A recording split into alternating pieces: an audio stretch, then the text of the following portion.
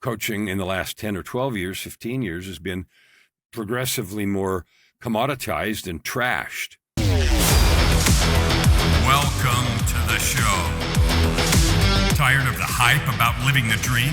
It's time for truth. This is the place for tools, power, and real talk so you can create the life you dream and deserve. Your ultimate life. Subscribe, share, create. You have infinite power. Hey there, welcome to Your Ultimate Life. It's so much fun for me to do this podcast, and especially since I've added the Thursday episodes. It's been several weeks now, and we've done maybe 10 of them. And that means I've had the opportunity to have 20 different coaches on, and this is a Friday episode. The Tuesday episodes are usually when I have one guest and we talk about how they are creating that ultimate life, purpose, prosperity, and joy. Fridays is typically me, a solo episode, and I talk about important things of the day, stuff that's going on, and we're going to do that today. About 10 weeks ago or something, I added a Thursday episode talking about coaching and the rise of AI, and the way I decided to structure Thursday was me and two coaches that I'm talking to, and they don't know each other, just coaches. I mean, I know hundreds. And so we're going to do this for maybe a year, maybe longer. We'll see. But the purpose of Thursday is to give coaches a chance to reflect on AI, artificial intelligence, all the different ones. There's Grok and Claude and, of course, ChatGPT and Perplexity and all the rest. And I don't know the names of the rest of them off the top. But it's really surprising to me. Really surprising to me the fantastic ways that this amazing tool is being used. It's also really funny to hear the different ways people describe their relationship with the tool. I mean, we've all seen the movies, right, where someone starts to have a relationship with a robot, especially one that's all dressed up to look like a human, and they get better and better, and pretty soon people start, it's scary, you can't tell the difference. We're obviously way far from that, at least I think. Maybe there's secret stuff going on in labs we don't know about. But that doesn't matter. What I want to talk about is your ultimate life. Are you happy? Do you have everything you want? When I ask people two questions, they stumble. Question number one is, what do you want? Now, often there's a pause. Sometimes there's just a pop-out answer. I want a bunch of money. I want to have all the money in the world, or so much money I never have to work again or never have to worry about money. Or another real fast one that comes out is, I want freedom. Nobody has any call on my time. Sometimes, depending on a life situation, they'll say, I want help. Somebody's been struggling with, a health situation, or taking care of somebody. I want help for my kid or my spouse, my partner or whatever. Those are all easy to immediately say, and they're nowhere near deep enough. Like, what do you really want? If you think about yourself, I just did an exercise with ChatGPT. This is the one that I use most. And I have some goals that are the next 12-month goals, because as you know, my New Year starts October 14th, which is now, a month and a half ago or so. And every October 14th, I set new goals. And they're not really New Year's resolutions. I have a vision, and then I have a mission, and then I have smaller goals. The vision for my life, and I want you to think about this, because when we talk about creating your ultimate life, at least what I mean is way beyond this week, this month, and even this year. The vision for your life. Now, right now, we live in Canada, but Joy and I are both dual national, and so we're quite aware of the political skullduggery that's going on in the U.S. right now. As I record this, the government shutdown in the United States, or partial shutdown, whatever it is still going on. And people are not getting paid, and some public assistance is not being funded, and it's a real catastrophe. So right now, when someone says ultimate life, they might be thinking of right now, near term. If I'm in an accident and I've got a car on my leg, the only thing I'm thinking about is get the car off my leg. Yeah, I know. We're talking about something bigger and longer than that, because it's always the case that the near-term problems eventually end. This too shall pass. The night will end, however dark it is, and there will be light in the morning. The sun always comes up. So I'm taking that point of view. There's a lot to be said about the struggles, but that's the topic for a different episode. One of those things, for example, no matter how crappy the thing that happens is, you can say, what awesomeness can I make out of this mess? We're not talking about that today. I want to talk about what it takes to get your ultimate life. I don't know, do you believe you can have purpose, prosperity, and joy like all at the same time? That's a really interesting question, and one that I have conversations with people a lot. And most people awkwardly answer it at best, or some will say yes. Oh, yes, of course you can have it. And then I'll say, well, what does that look like for you? And they can't really say it. And after they think about it for a while, they can say it. But my question for you is, if you are creating the ultimate life for yourself, you have to know what it is right this minute. If I'm taking a class in college, if I go back to school and I want to take a university class in this, that, and the other, and someone says, what's the goal? I already know instantly. It's either just to learn the stuff, or it's to get an A, or it's to barely get through and pass. Like, you already know. And you know that right away. And for me, it's always get an A, because I don't like getting anything less than that. But somebody else might just say, I just want to learn the stuff. I don't care what my grade is. And that's a fair approach too.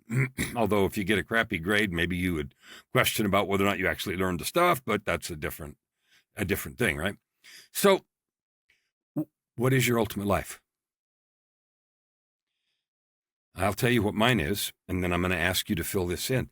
My mission this year, last year, ending 6 or 8 weeks ago, I don't know, this episode's coming out in end of November, so 6 weeks ago. My goal 6 weeks ago was to reach 300 million people with a message.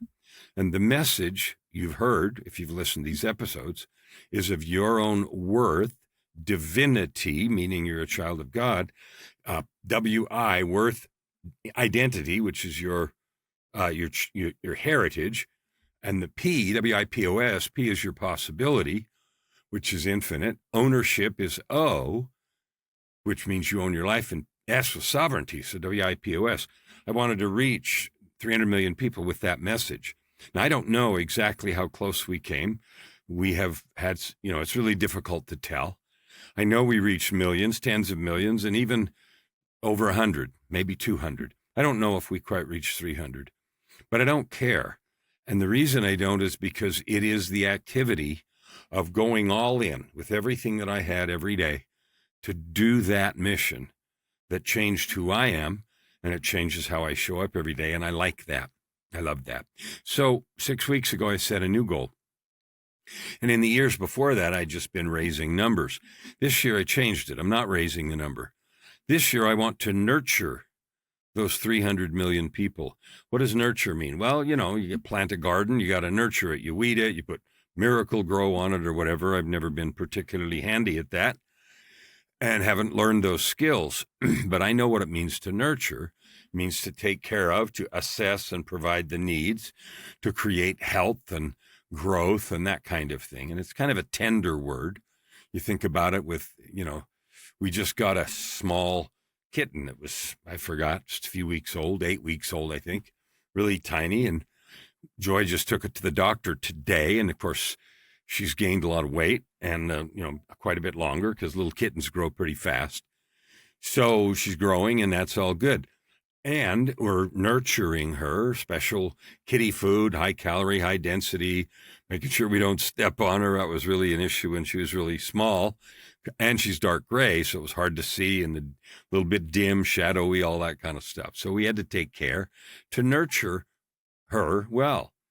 And that's an example of nurture, and you know what that means. So my goal is to nurture these 300 million people with not only the message, but the method. How do you create that ultimate life? Because so many people tell the story of I'm stuck where I am. I'm stuck in my job. I'm stuck with the income I have. I'm stuck with the health I have. I'm stuck in limited possibilities. And it hurts my heart really a lot. And the reason is because I believe that when I was making a lot of money in the corporate world, I felt really, proud of myself for making a lot of money in the corporate world, but I was not happy. I was not a happy person. And if you've read either Tightrope of Depression or listened to some other episodes, you know the stories that have come from that. And in the last 18 years, since 2007, I've done nothing at all but work on this ultimate life thing. And I live there now. And in getting to this place of where I live a life every day of purpose, prosperity, and joy, then my next immediate goal is I want to help you have that. I want to help you have it. I've got courses about how to create time and how to create products if you choose to sell products, about how to build relationships, about how to love yourself, how to forgive yourself from things that you may have done or that others may have done to you. Forgive them, to clean your heart and your energy out. All kinds of things. How to grow businesses, how to make products, how to make money. All of those things are elements of creating a life of purpose, prosperity, and joy. And because I'm trying to help 300 million people, nurture you to get there, that's why I create all this stuff. One of the things that's come to mind really powerfully lately is this radical shift in coaching, which is why I started that Thursday episode interviewing 2 coaches a week. And I think coaches are going to be history, gone out of business, except the top few percent, maybe 5%, maybe only 3%. And the reason is because coaching up to now has been an act of performance. Now, if you go to, maybe you remember high school drama, or you've seen auditions for either speaking or dramatic presentations or musical orchestras or something, people that audition, there's fear and they're worried, and some people are bold and some people make mistakes and some people stumble. The act of auditioning is uncomfortable often, right? And maybe it's been for you also, and you have some memories of that. Most coaching that has gone on in the world in the last 10 years, and especially since the start of COVID in the last 20 to 25, 6 years, is abysmal. Quite frankly, it's abysmal. People run out and they get a certification in this or that modality.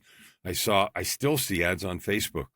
Become a life coach, and they show a beach chair, coach from anywhere, make money, blah, blah, blah. No, you won't. And no, that's not true. And that's a lie and false and makes me upset. Become a leadership coach, coach executive teams. Nonsense.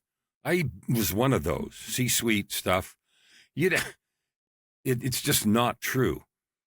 When you're in a position of authority, you only listen to people that you believe have something for you. And just because someone hangs a shingle and took a few classes and got a cert, and maybe they're trained in a little NLP or some listening methodologies and reflective listening and a bunch of stuff like that, doesn't make you a coach at all. Because coaching is not a list of activities, questions, frameworks, not just accountability. That's just horrifically not even the base layer. Okay, and all you have to do is look at sports. Okay, right this minute, as we record this, the 6th game of the World Series is tonight.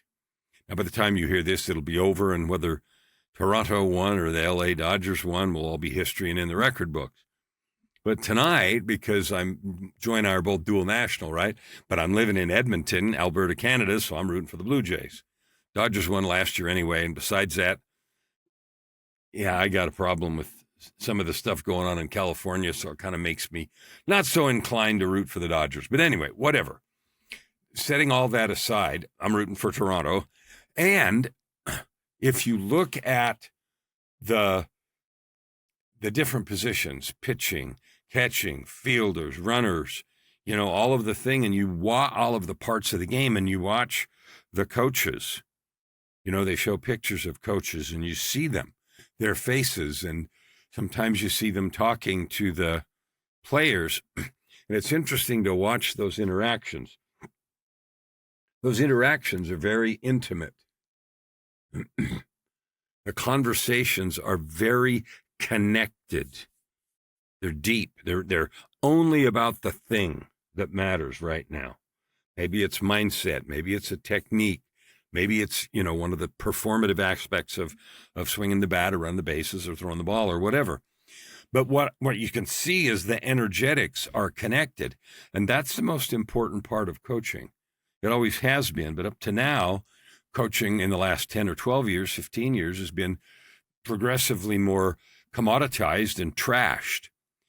And it has become full of fakes, practitioners who are trying, and maybe they mean well and so forth, but they haven't really worked on themselves. They haven't overcome their own issues, problems, areas of imposter syndrome, how they're showing up in the world, what they believe about themselves, what they believe is possible. They haven't lived, they're not living the life that they're trying to help their client create. They're not living in the truth of what they're giving their client. And I'm not saying everybody that coaches a business owner has to have made more money than the business owner, because most of the problems that I see, even when I'm coaching people that own business, aren't in the business expertise. They're in the mindset. They're in the courage. They're in the, the belief system. Now, there are certainly things to learn about marketing, about copy, about language, about writing ads, about product selection, about how to take care of customers, about how to manage teams, leadership. There's all kinds of specifics, areas that can and need to be worked on. But the most important thing is the leader who's leading. Who is he? Who's he being? So anyway, let's get back to the second question that nobody ever can answer, because this ties into that. Number one is, what do you want? And we talked about that at length. And the other question is, who are you? Who are you? People can't answer that question. They stop, they stumble, they realize that they're supposed to, and there's that word supposed to, I hate that, you probably do too. They're supposed to say something profound or whatever, and they default to roles. Well, I'm an accountant. I am a dad. I am, I'm a YouTube star. I'm an influencer. I'm that didn't even used to be a job, but now lots of kids, you hear them ask, what do you want to do? Oh, I want to be an influencer. Okay. It's a real thing, right? It's actually a thing, and they make boatloads of cash, and there's so many. The highest growth in millionaires are between 18 and 25, I think. I think I read that somewhere. But anyway, so they talk about it in terms of either position, role, some flavor of that, and that has to do with what you're doing. And so this goes back to all of those things that I talked about that someone might need to learn to run a business or run it more effectively: increase top line revenue, increase profit, decrease fixed overhead, decrease costs, decrease risk. All of those things are activities, but the most important thing beyond the activity is who is doing the activity. A clear example is if I am a leader, and I've had a lot of leadership roles when I was in different corporations, who's the leader? Now, one way to be a leader is to tell everybody what to do, and your own insecurities show up, and so you're not open, you don't listen very well, your authority can't be challenged, you're the boss type leader. One way, and you've probably worked for some of those. I have. And then there are other kind of leaders who you love to follow. I had one of those too. Really enjoyed. Best boss I ever had in the years when I had a boss. Best boss I ever had. Open, inquisitive, interested, as well as interesting, very capable at the job, and as a leader. So that person was being a leader. So that is the most important characteristic. So when I ask you, who are you? Instead of answering with roles, I want you to think deeper than that, deeper than that. You might say, I'm a spiritual being having a physical experience. That's closer to the truth than I'm an accountant, because the physical experience that we're having is all over the place. There's physical things, there's health things, there's financial things, there's family things. All these experiences comprise our existence, who we are. So I encourage you to spend some time right now and over the next few days answering the question for yourself at a deeper and deeper level. Who are you? What I know about myself is I am infinite and eternal. I have existed and I will exist. I know I'm a son of God. I know I choose to be a disciple and friend of Jesus Christ. But those are choices. That's a choice that I made. Being a son of God, I can't do anything about. I choose also to say and be, I am my word. I speak only truth. I do what I say. I am who I seem, with no camouflage, duplicity, or guile. And that's a really important statement to me, because at an earlier period of my life, none of that was true at all. And so deciding who you are and then living true to that declaration affects your job. It affects whether or not you get hired, promoted, make more money, have good relationships. It affects your health and well-being. It affects your mental health and well-being. It affects a lot of things. So those two questions, who are you and what do you want, I would propose and offers possibility they're the two most important questions you could answer. Yet they're the ones we spend the least amount of time on. We're worried more about getting to work and making some cash and what I'm going to do this weekend. Working for the weekend, hoping we got enough money at the end of the month, all of that crap. And I know that because I've lived in that frame and had for years, and I don't anymore. And it's way more fun. So I've done both, and I can tell you which is more fun. So let's go back to things that are going on right now and coaching, because one of the things about coaching really is, like, again, the athletic coach. It isn't just about learning the skill, swinging the bat, catching the ball, or pitching. It is about the mental frame, the belief, the spirit, the internal stuff. That's the thing that matters, right? When you're in the right mindset, you can do anything. You've seen players, they're in the zone, they're in the right mindset, everything is working right. Other times they're uptight, they miss. It doesn't matter if you golf or do whatever. Overthink, you've heard that a million times. So that's the foundational framework. Now let's go back to what I was talking a little bit about coaching. The reason the coaching industry is going to be completely gutted and gone, except for the very top percent, is because this new technology that we're calling AI, although it's not intelligent at all, but it's the most awesome researcher and has the ability to accumulate and present and writes beautifully. And so it can research and write and give us information way faster than you can or I can. Way faster, right? And if you learn, it's really important to learn to give it, good prompts and ask good questions, and it'll blow your mind. Well, what that does for coaches is all of the work, 100% of the work that has to do with information you provide, coaching questions, all of that stuff, holding space even, offering encouragement. Chatty will blow you out of the water. It can offer emotional, empathetic, powerful, encouraging language way better than you can, because its vocabulary is infinite, and it can go research and does all the literature that's powerful in the world and come back and say stuff that you're going, wow. So what that means is the only thing left for coaches, me and all the rest, is that ability to connect and get right to the heart of the matter. That's it. Right to the truth, right to the depth. And that's what I was seeing as coaches, and I see it on lots of sports teams, but I saw it in conversations in the baseball games I've been watching over the last few days. That relationship is developed over time. It's not disconnected. It's not just a series of questions or a framework or some tools. There has to be trust. There has to be deep trust and a powerful connection between whoever's coaching, whatever they're coaching, and the person being coached. So that depends on two things. It depends on the skill of the coach. It depends on the skill of the coachee. Like if you, or maybe, and I'm sure, well, I don't know, I've done this, got into a situation where I could have received powerful help and coaching, but I was either pissed off or afraid, and so it didn't amount to anything because I wasn't listening, I wasn't open. One of the coaches that I interviewed the other day for an episode that's probably already out, they said,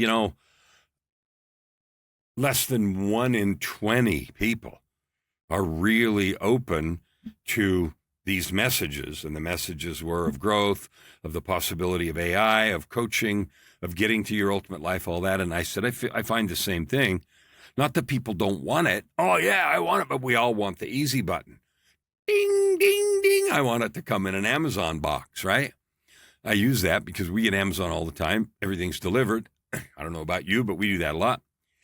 And, I've never found a gold bar in one of those or a package of silver, like, big cash or a big happiness button that makes you happy. That's always from the inside. And so when you go thinking about the coaching profession, here's what I think. If you are not a coach and you are trying to create your ultimate life, where are you getting advice or help? Because if you're getting your advice and help from YouTube, TikTok, and all the rest, probably not going to work. Now, there's lots of YouTube videos that are good. I've got 1,000 up. A lot of other good coaches have got things up, and they're helpful. They are.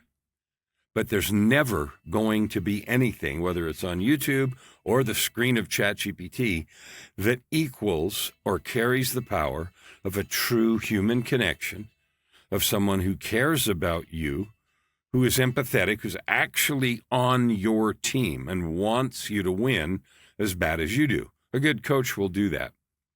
In all the exchanges that I've had, and there's been thousands upon thousands with ChatGPT, especially as I wrote this book, I don't know how many hundreds, maybe 1,000 hours of research and interaction as I talked about, the capabilities that we're developing in different coaching methods and all that kind of stuff. Never once did I get a feeling of that it really wanted me to succeed or that it really wanted anything.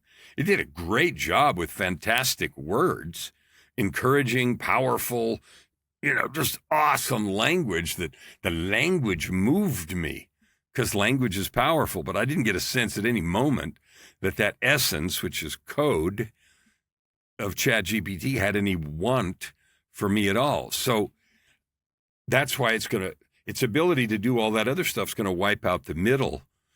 And by middle, I mean all the way up to 95% coaching is toast. But if you want to stay in the game, you got to be in that percentage where real connection is powerful. Now, we've talked for over 1,000 episodes about creating your ultimate life. I look you right in the eyes with all the love in my heart and tell you that it's absolutely possible for you to have it. Purpose, prosperity, and joy every day. And I don't care what's going on around you. Don't care who wins what election, what the government does, or the weather, or anything else. Because contentment and happiness comes from inside. So when things happen that I don't want, I say, what's the masterpiece I can make from this mess?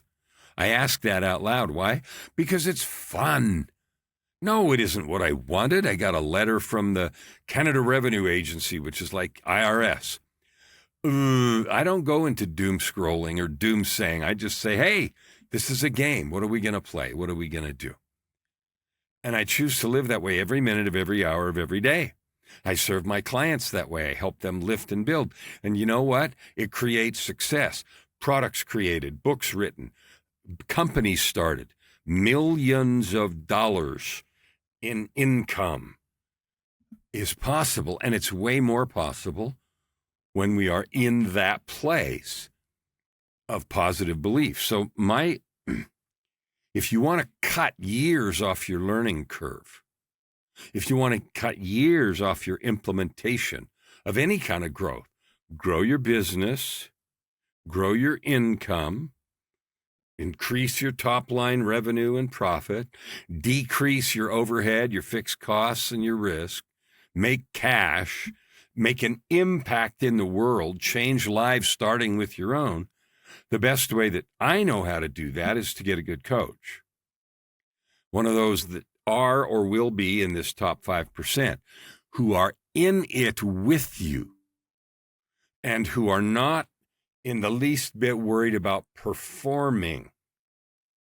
See, one of the cool things about Chatty is it doesn't care what you think, right? It's not like worrying about what you think like people are. And when we approach others and we talk to them, but half of our mind is busy worrying about what we're thinking or they're thinking, that means the conversation is inauthentic and everybody feels it, and it's that superficial garbage.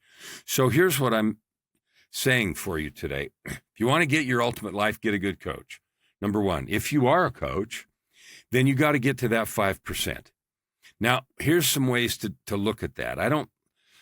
Some of the coaches that I've interviewed in the last few episodes don't even use the word coach. I'm not a coach. You've used the word soul guide.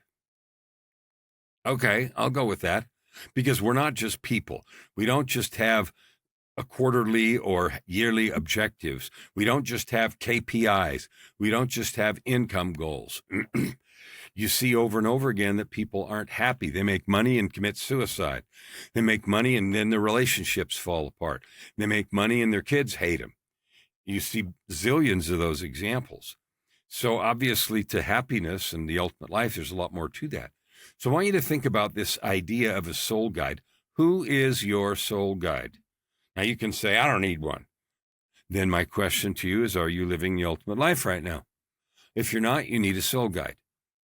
I can pretend you don't and say, well, you can find it some other way. Go ahead. But if you want to cut years off your learning, off your growth curve, get a soul guide or a coach, a good one of those top tier ones, because they can cut years off your business growth, years off your soul growth, years off your happiness growth, all kinds of that.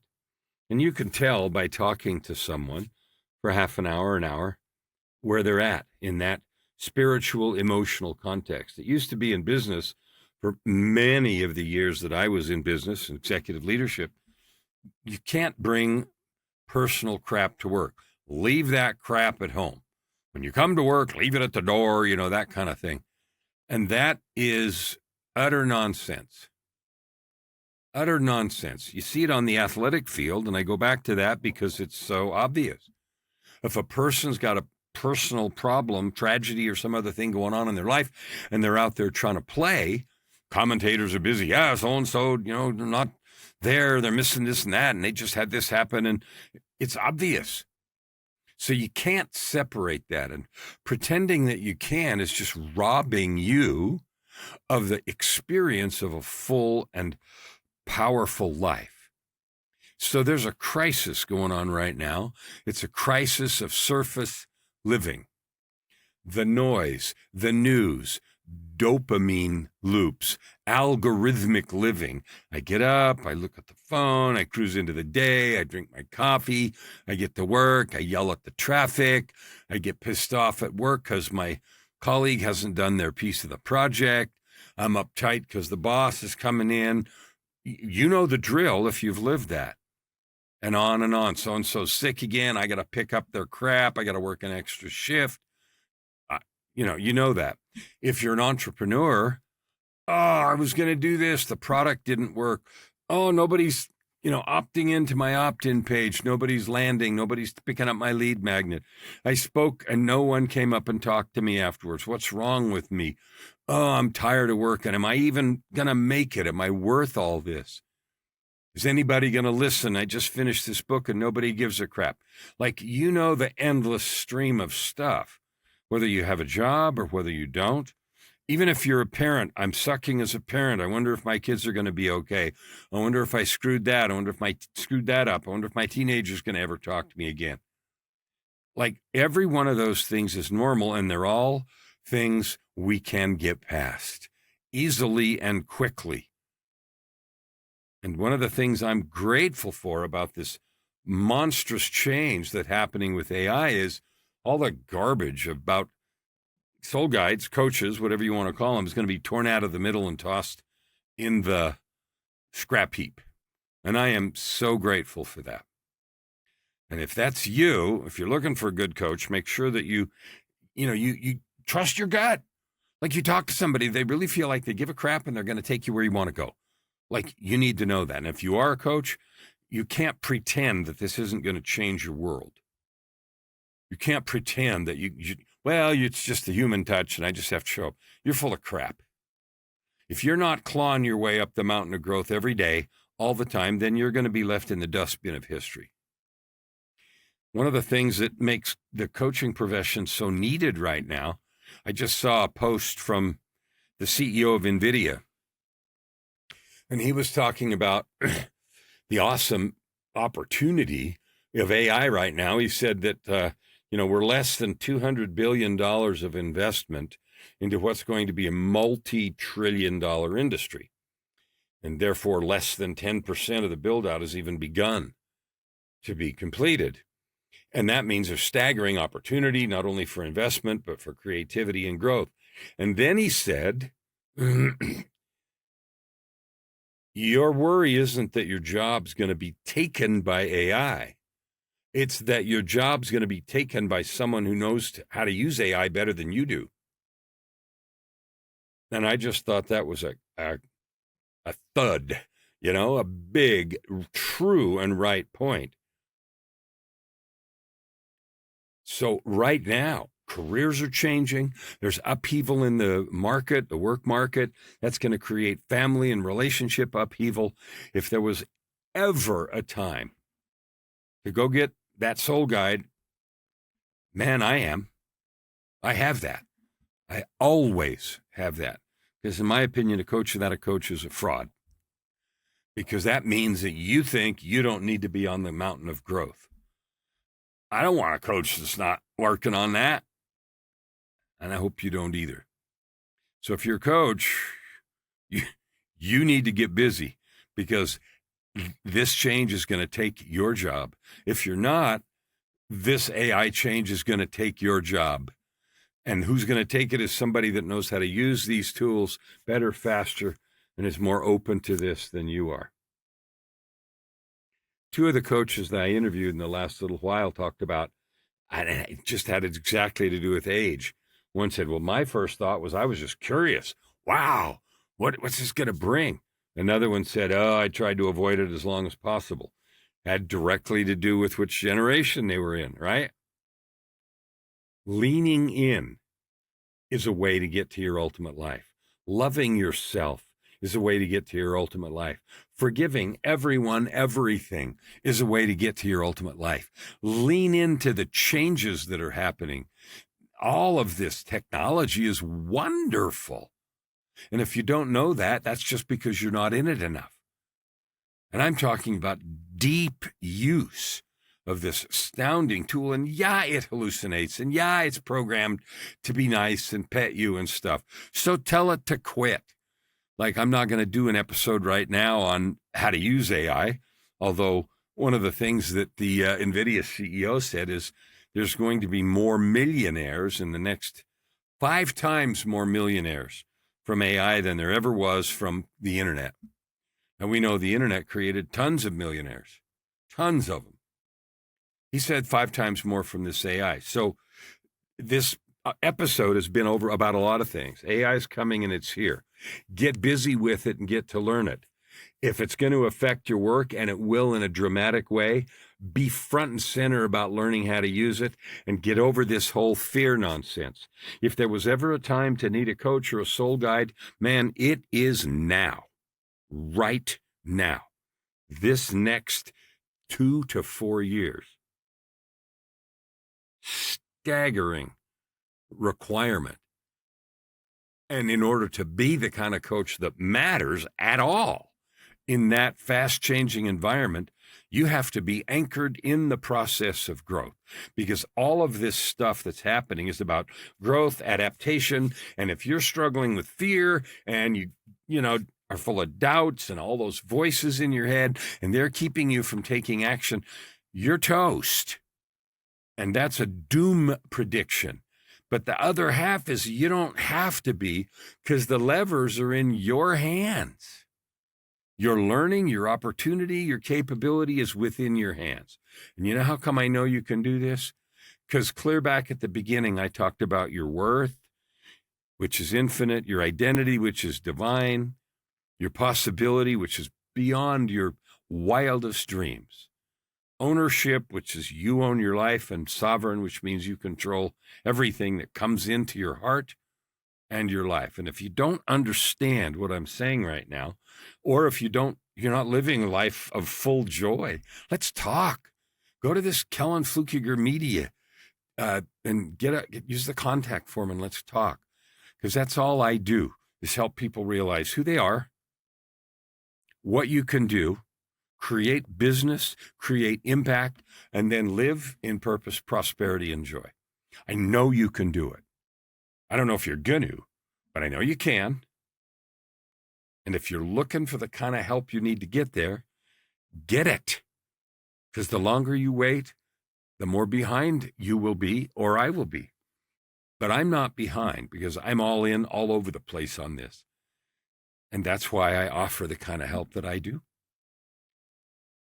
I'm confident in your ability to create. I don't know what you're doing with it. I'm confident in my ability to love you and bless you if you're willing to learn.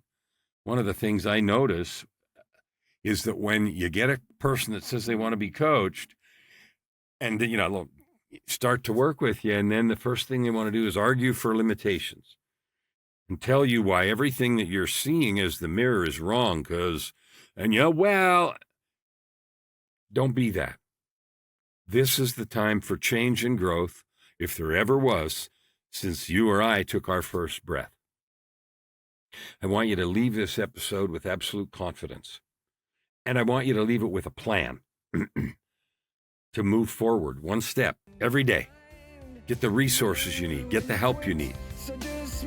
Love yourself. And man, it is time to create your ultimate life. Never hold back and you'll never ask why. Open your heart and this time around. Right here, right now. Your opportunity for massive growth is right in front of you. Every episode gives you practical tips and practices that will change everything.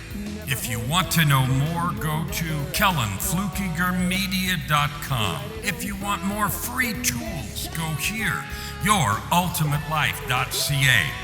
Subscribe, share, Stand with your heart.